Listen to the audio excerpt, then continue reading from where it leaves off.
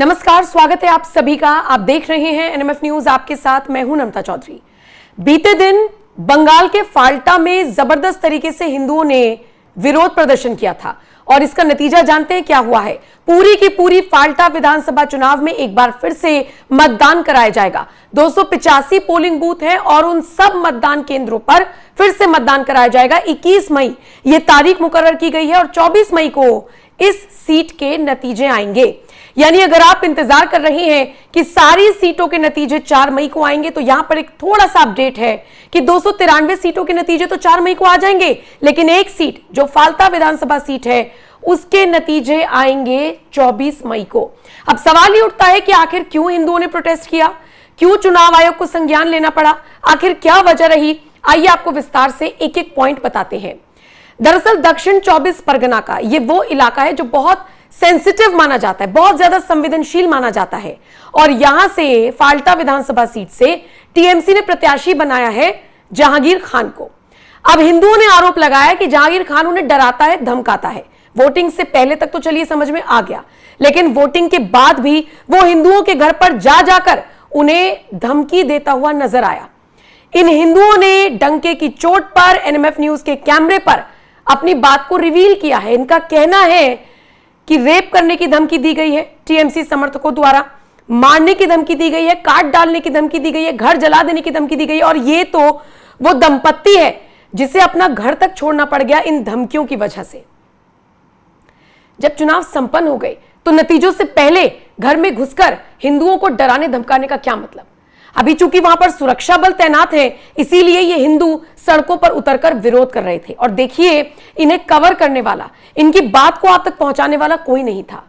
हमारी टीम बंगाल के चप्पे चप्पे पर मौजूद है, घूम रही है, गांव गांव, बस्ती बस्ती, झुग्गी झोपड़ियों में जा रही है और ऐसा ही एक इलाका हमें नजर आया फाल्टा विधानसभा क्षेत्र के अंदर, जहां पर हमने देखा कि लोग घरों से बाहर निकलकर विरोध दर्ज करा रहे हैं। जब इनसे बात की गई तो इन्होंने जो आपबीती सुनाई वो बहुत रूह कपा देने वाली थी और खबर का असर देखिए कि 24 घंटे के अंदर अंदर इलेक्शन कमीशन की तरफ से संज्ञान ले लिया गया, आदेश आ गया और नई गाइडलाइंस जारी कर दी गई हैं। मैं आपको आगे पूरी कहानी बताऊं उससे पहले आप जरा इस महिला को सुनिए जो आपबीती सुना रही है।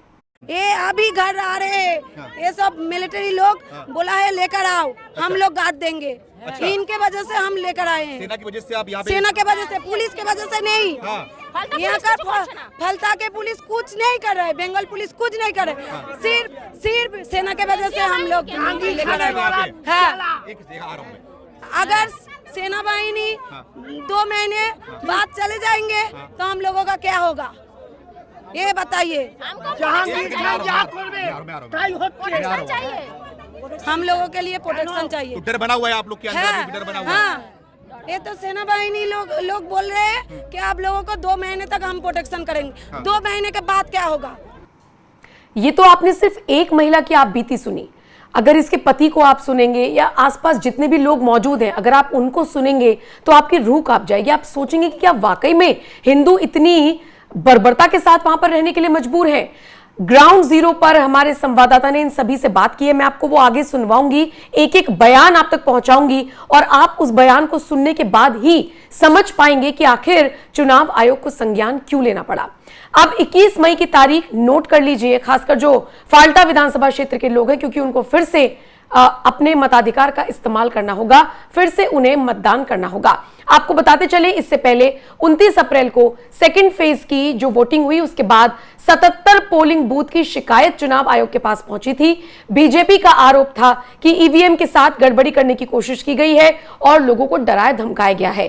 77 की शिकायत की गई थी, लेकिन चुनाव आयोग ने ऐसे 15 पोलिंग बूथ पाए जिनमें वाकई में गड़बड़ी की गई थी और ऐसे में 2 मई का दिन तय किया गया था और इन 15 पोलिंग बूथ पर बाकायदा वोटिंग हुई थी। वो तस्वीरें भी हमने आपको दिखाई थी और आम जनता का कहना था कि हमें सिर्फ खुशहाली चाहिए, बदहाली अब हमें नहीं चाहिए।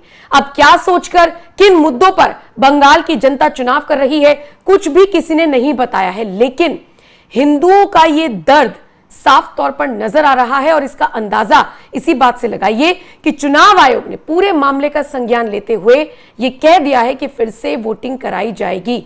ये इतिहास में ऐसा पहली बार हो रहा है जब पूरी की पूरी विधानसभा में एक बार फिर से वोट करने के लिए कह दिया गया हो। अब एक बार फिर से अपने मताधिकार का इस्तेमाल किया जाएगा, लेकिन आखिर चुनाव आयोग को यह फैसला लेने की जरूरत क्यों पड़ी?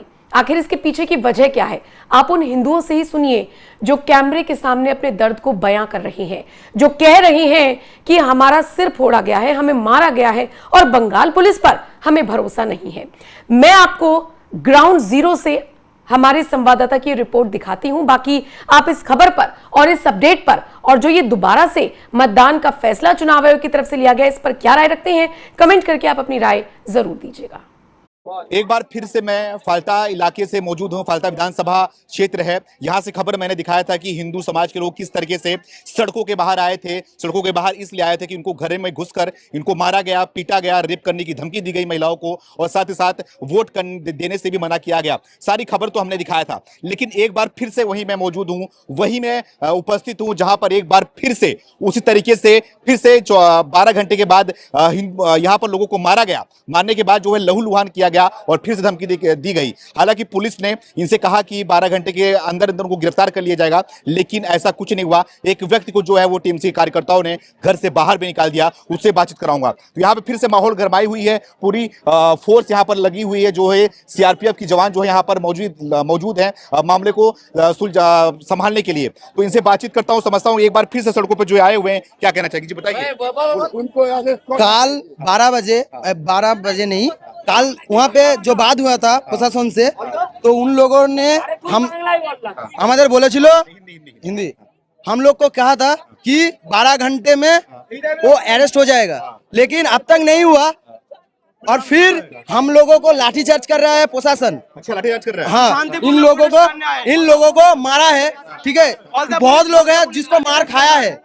तो हमारा जो फलता थाना है, उनका जो प्रशासन है, वो हम लोगों को सबको टॉर्चर कर रहा है। अभी उन लोगों को तो अरेस्ट तो कर नहीं रहा है, पर हम लोगों को मार रहा है। अच्छा, हम शांतिपूर्ण प्रोटेस्ट करना है, शांतिपूर्ण प्रोटेस्ट करना है। लाठीचार्ज कर दिया, आंदोलन इनको मारा, उसका सर फोड़ दिया। अभी तक मेरा पैर में मारा है, नहीं हुआ। हाँ, ये बुरा ये पैर में मारा है, फूल गया है, मारा है हमको। हाँ, देखिए, अजय पाल शर्मा जैसे कि यहाँ से प्रस्थान कर चुके हैं। चुनाव अब जो है वो खत्म हो गया था, लेकिन उसके बाद से जो है यहाँ का माहौल जो है वो लगातार आपको दिखा रहा हूँ। उसके बाद से यहाँ का माहौल कैसा बनता हुआ दिखाई दे रहा है। जी बताइए। माहौल बहुत ही गर्मा हुआ है और दोषी जो है इजराबिल चकदा उसको अरेस्ट नहीं कर रहा है, लेकिन साधारण पब्लिक जो है उसको मार रहा है।